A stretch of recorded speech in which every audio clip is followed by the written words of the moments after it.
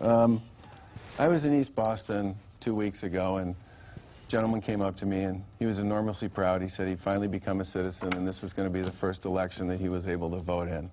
Last week during our debate, the Attorney General said she would support having non-citizens vote here in the Commonwealth, and I'd just be curious to know why.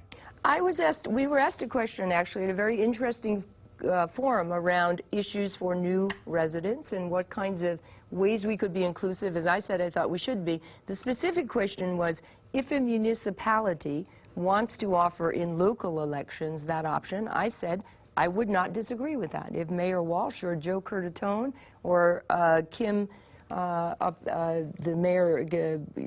Kim Driscoll in Salem or Lisa Wong in Fitchburg and their city councils agree that the people who live in their communities, who work there, who pay taxes, if they want them to participate in local elections, I wouldn't object to it. So your message to the citizens is who many, like this gentleman that I met, who was very proud of the fact that he'd finally become a citizen and was going to be able to vote. Your message to those citizens is that it's okay for their vote to be diluted, and it's okay for them to no longer be any different than anybody else when it comes to this very fundamental constitutional Charlie, there are lots right. of people who are here who are on visas, on work visas, who are here with identification documentation. If local communities and municipalities want them to participate in elections in cities or towns where they live, I don't have any problem with that.